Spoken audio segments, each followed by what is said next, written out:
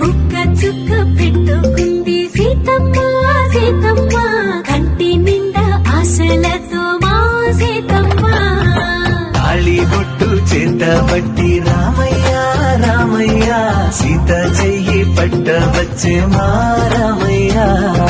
పెద్దలు వేసిన అక్షతలు, దేవుడు పంపిన దీవెనలు, ఇవిలో కుదిరిన దంపతులు ఈ చోట కలిశారు ఈ పాటికి.